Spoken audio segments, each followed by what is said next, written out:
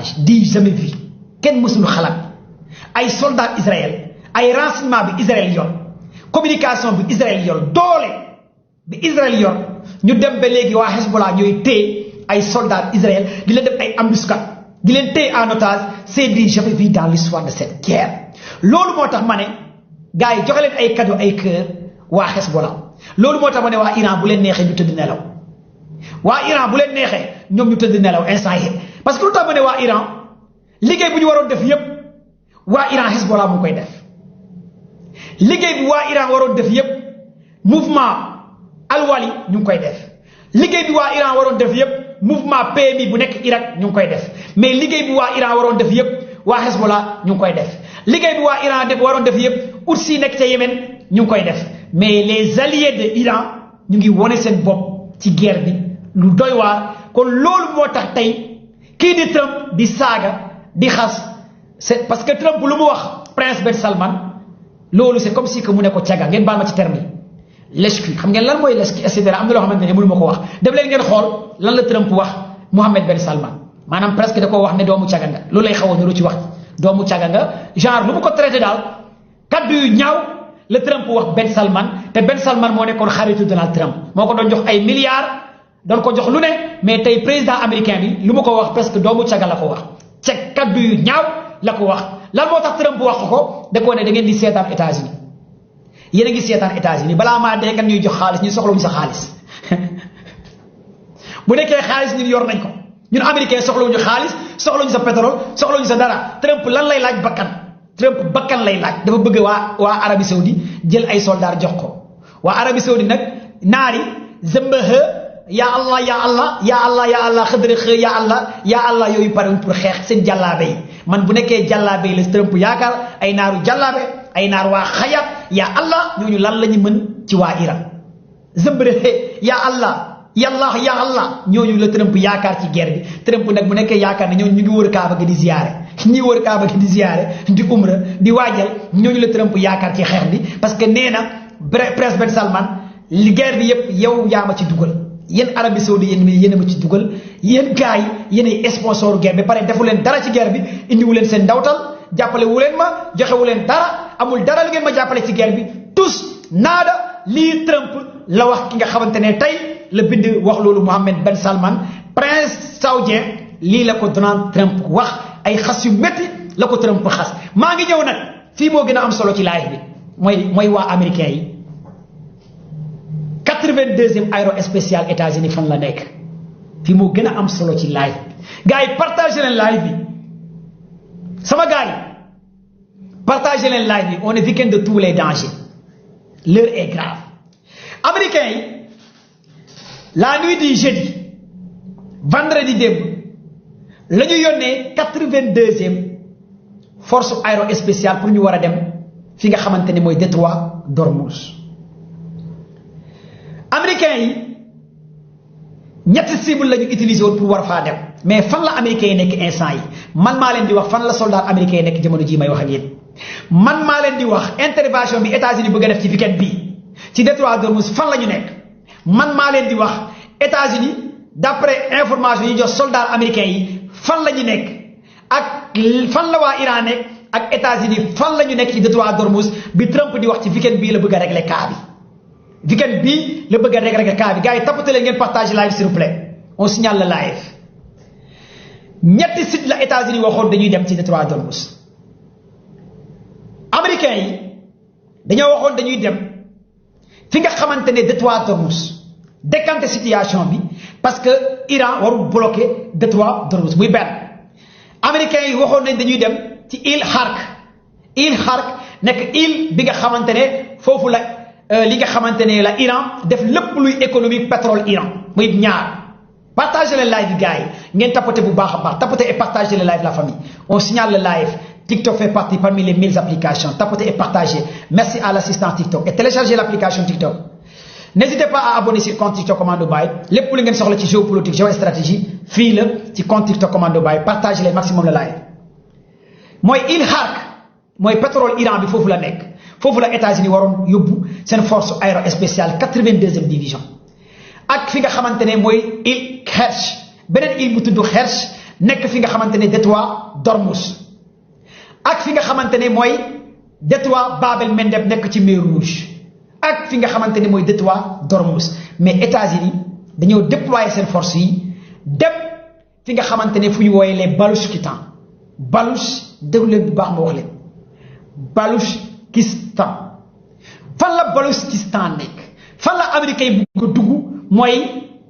Baloutchistan daa benn port bu fa nekk dafa nekk frontière ak Pakistan nekk frontière ak Iran foofu daa benn port bu mag bi fa Iran am port boobu la États-Unis bëgg a teg loxo muy benn ñaareel bi les forces aérospatiales américaines avec les amphis de guerre dañoo bëgg a pénétrer ci île bi nekk côté Baloutchistan nekk île bu ndaw bu rétréci mais opération bi warul yàgg parce que li ñu soxla ñoom pour neutraliser port bi nga xamante ne Iran am na ko ci Baloutchistan nekk en frontière avec Pakistan nekk aussi en frontière avec Iran mooy foofu la américains yi bëgg a dem jamono jii may wax ak yéen retenez bien information bi ma leen di jox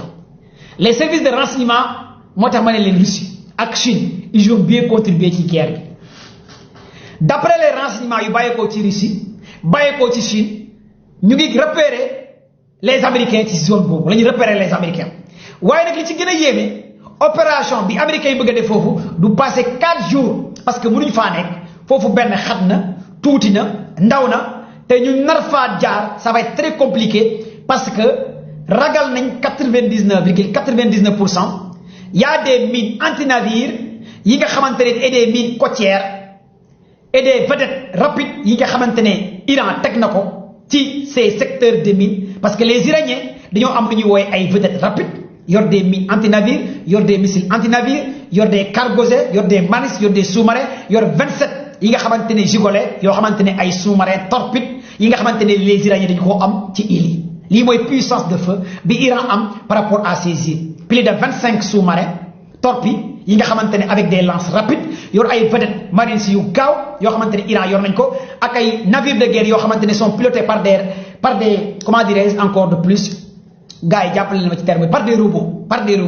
yoo xamante ne kenn du ci nekk les Iraniens dañoo am ay vedettes yooyu ay robots ñoo koy piloté les services de renseignement américains daf nañu ba comprendre que Iraniens yi am nañ ay navires rapides robots yoo xamante ne dañuy lancer ay drones kenn du ci nekk ci navire yi su piloté par li nga xamante ne des robots loolu la Iran teg pour Iran éviter perte ay vies humaines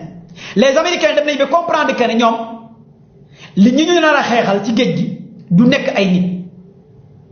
nit ñoom xam nañ loolu xam nañ ne guerre bi du nekkati ci ay nit ngay jàkkaarloo ci ndox mi les Iraniens dañoo mettre ay robots des vedettes yoo xamante ne ay robots ñoo ci nekk ay gaal par exemple ma expliqué leen ko ci wolof mu gën a yomb les services de renseignement américains ñoom dañoo détecté gaal yi nga xamante ne gis nañ leen lépp ci géej gi Iran te ko fa amul nit bu fa nekk ay robots ñoo fa nekk muy benn kon ñoom bu ñu yàqee 10 gaal pour ngeen comprendre bu ñu ko yàqee jàppal ne ay robots la ñuy jàkkaarloo bi ñu jàkkaarloo ak ay nit loolu day indi ay pertes yu énormes envers les soldats américains ils sont très puissants en fait ils sont très puissants les Américains dem nañ ba rendre compte que ne ñoom xam nañ que ne bu ñu wàccee ci île Kerch les services de renseignement américains avec des satellites militaires américains dañoo gis une centaine de navires ci île Kerch ak détroit d'Ormuz tous ces navires de guerre veut dañu gis mais nit nekku ci muy benn ay robots ñoo ci nekk par le service de IA mooy IA bi ngeen di gis ni les Iraniens moo tax ma ne Iran ku leen di xeeb dafa fekk ñuy nelaw Iran dañoo avancé ci technologie man yaakaaruma Iran mës nañu am lii ci technologie ku ma waxoon Iran yor nañu ay navires yoo xamante ne ay robots ñoo ci nekk du ma ko gëm man musuma gëm que Iran am na ay gaal yoo xamante ne ay robots ñoo ci nekk nit nekku ci muy benn Iran am na ay gaal yoo xamante ne ay robots ñoo fi nekk di tirer ay missiles ay robots ñoo ci nekk di tirer ay drone c'est du jamais vu américains yi lii moo tax mënuñu wàcc bëggoon nañu wàcc ci île yi mais mënuñoo wàcc américains yi dem nañ ba xam ne carrément ñu wàcc ci île yi enragé wu leen parce que nit mënut a xeex ak robot nit mënut a xeex ak robot attention moo tax j'ai écouté le lieutenant-colonel Ashmer muy expliquer technologie bi nga xamante ne Iran def na ko c'est du jamais vu démonstration de force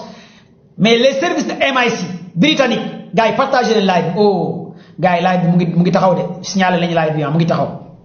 après bu live bi taxawee dinaa reprendre live bi xam nga lu tax live bi war a taxaw nag tapoter et partager le live bi nee nañ ma dans 5 minutes live bi day taxaw bon xam naa li ma bëggoon a wax moo tax gars yi bëgg a taxawal live bi gars yi partager leen tapoter et partager live bi maximum de partage yéen a ci war a mën a jàppaa dañoo ne dans 5 minutes day taxaw peut-être li fi ma dugg moo doy waar fi ma dugg moo doy waar kon joxe leen cadeau cœur yi 4 minutes la ñu ne day taxaw joxe leen cadeau cœur yi balaa muy taxaw vous êtes 6000 personnes sur le live 3 minutes live bi day taxaw encore nee nañ 3 minutes day taxaw xaw ma lan la xaw ma bon fi ma dugg moo tax quoi mais bon joxe leen cœur vert yi cœur vert yi ngeen di def leen ay cœur vert joxe leen ay cœur vert parce que li ñuy wax ni c'est tellement profond maanaam live de niveau la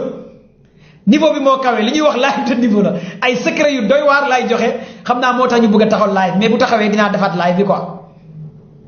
bu taxawee dinaa defaat live bi quoi 4 minutes 4 minutes 4 minutes 4 minutes waaw ñu ngi koy restaurer partagez le mu gaaw 3 minutes la ñu wax 3 minutes très bien cœur vert yi da koy yéegal cœur vert yi tapoter et partager comme ça le live 6100 personnes ñoo nekk ci live bi 6100 personnes Mia merci cœur vert merci gars yi joxe leen ay cœur vert ngeen bind ci commentaire yi 99 joxe ay cœur vert merci live baa ngi ñëwaat merci gars yi merci jërë ngeen jëf live baa ngi ñëwaat merci cœur vert kese ngeen di def très bien lii mooy challenge bi cœur vert live baa ngi ñëwaat merci la famille gis naa loolu merci encore de plus merci encore de plus rétabli nañ live bi merci jàpp ngeen ci combat bi bu baax a baax yàlla na yàlla defal xéwal ci darajay Sëñ Tuuba li ngeen bëgg seen xol yàlla na ko yàlla jox ci barke Baay Ñas ci darajay Cheikh al Islam ci darajay Hadj Malick Sy ci darajay yeneen ci jàpp ngeen ci combat bi live bi wàccut kon continuer leen di partage live parce que yéen ay dooleel commande Baay merci kontaan naa trop ci yéen yàlla na leen yàlla lafal cet kon donc lii la américains yi jàng ci moo tax américains yi big ci guddi wàccuñ muy benn américains yi big ci guddi mënuñoo wàcc ci île yi bëggoon nañu wàcc ci île Hark mënuñoo wàcc ils ont reçu des informations que les îles ont été minées par les Iraniens muy benn bëggoon nañu wàcc ci détroit d'Ormuz merci Toufa mënuñoo wàcc muy ñaar bëggoon nañu wàcc ci mer Rouge foofu aussi information yi ñuy jot tout est miné bëggoon nañu wàcc ci détroit d'Ormuz bëggoon nañu wàcc ci beneen île bu tudd Moussa boobu aussi américains yi jot nañu xam ne tout est miné les Iraniens ont miné partout léegi nag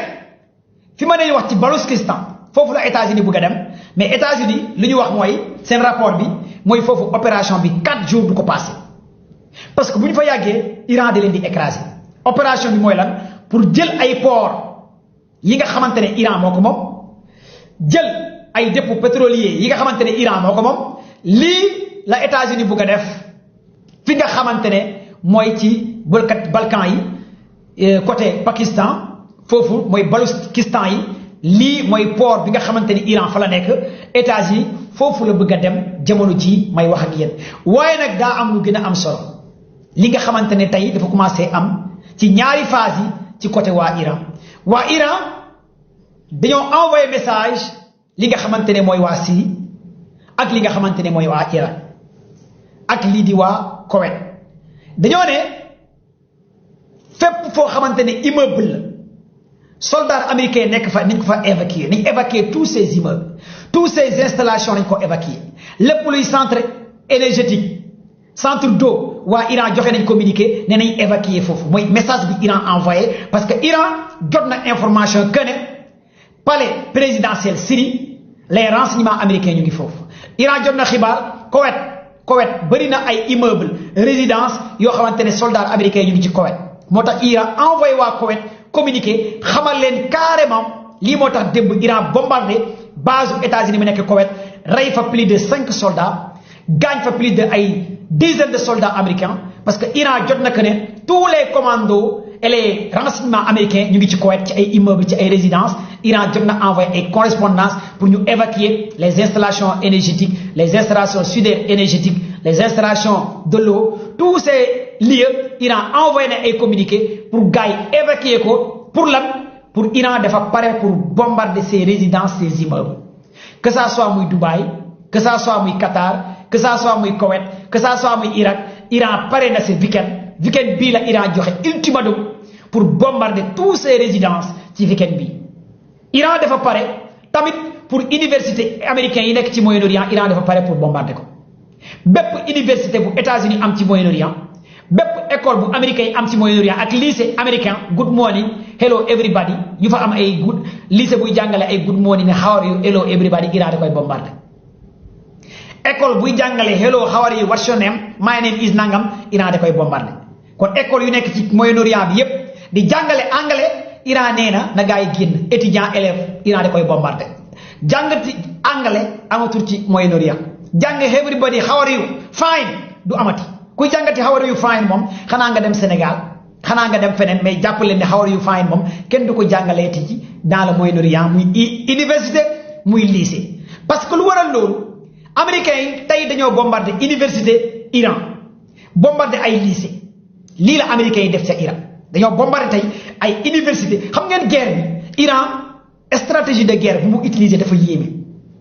Iran du fayu tant que États-Unis laalul dara ci moom Iran lépp lu mu def rek jàppal ne États-Unis moo laal dara ci moom bi américains yi bombardé barki démb installation nucléaire bu nekk Natanz ak Fordo bu Iran ci la Iran bombardé la ville de Dimona nekk dans le désert de Negev en Israël fi nga xamante ne foofu la installation nucléaire Israël bi nekk ci la Iran riposté bombardé ville Dimona rey fa plus de 300 voire 500 waa Israël rey fa ay scientifique ay chercheurs utiliser ay missiles Xaybar la utiliser bombardé fi nga xamante ne mooy Dimona lu waral loolu parce que Israël ak États-Unis ñoo bombardé installation nucléaire Iran kon Iran lépp lu mu def rek dafa topp processus de guerre bu États-Unis Israël defee dara day def recours lu gën a dangereux loolu lii moo tax l'heure est grave lii moo tax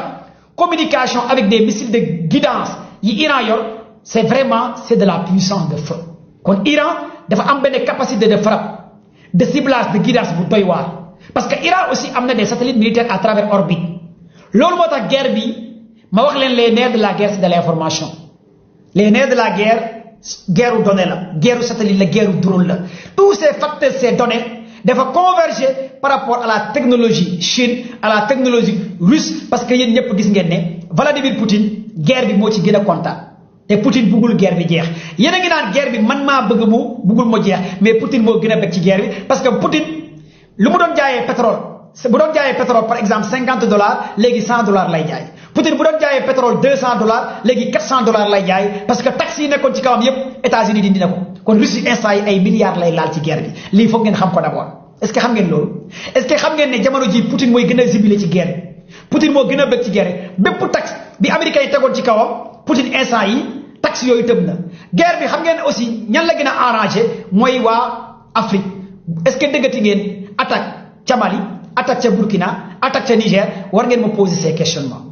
temps yi déggu leen terroristes yi djihadistes yi ca Mali ca Burkina ca Niger allez faire des investigations attaques yi ngeen doon dégg avant Israël di attaquer Iran ay djihadistes yi ca Mali ca Burkina ca Niger la question que vous devez poser xam ngeen lan moo tax tey laa lañ koy wax moo tax ñàkk comprendre géopolitique wóorul moo tax ñàkk xam géopolitique wóorul même Soudan lépp a taxaw même Soudan ak Soudan xam ngeen lan moo xew dinaa leen wax lu doy waar lu yéeme